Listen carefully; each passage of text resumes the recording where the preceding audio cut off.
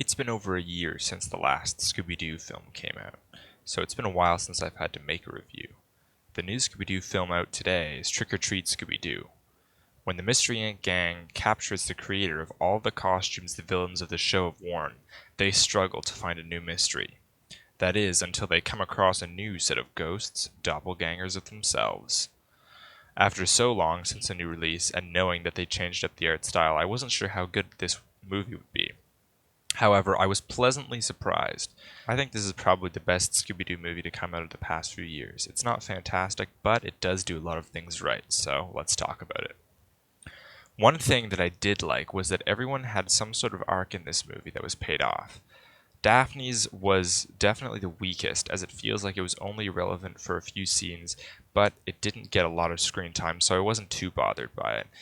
In the past few movies, I haven't been a fan of Velma, and while that somewhat carries over here, I was won over in the end on her. I was happy that this movie managed to create conflicts with the characters that didn't feel unnatural besides the Daphne one. The gang has always been pretty agreeable, so it always feels jarring when these recent movies try to artificially create tension by giving someone a character flaw that they've never shown before in anything else. I also liked all the references to the original series, something that was also paid off in the end. In fact, although the ending stretched on for too long, I thought the ending sequence was very fun, but it did feel out of place in the context of the film.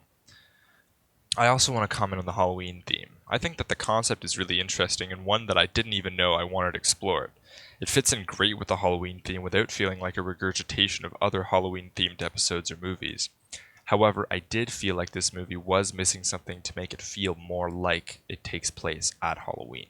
Everyone's trick-or-treating in the ending sequence, so there's that, but I did feel like this film didn't have the fall atmosphere that some of the other Scooby-Doo Halloween films have had before.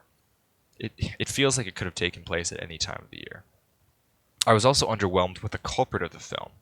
I've never been one for doing a great job at figuring out who the person behind the mask is, but this time it was way too obvious. If I consciously think that's who the bad guy is right when a character is introduced, that's how you know it's way too easy to figure out.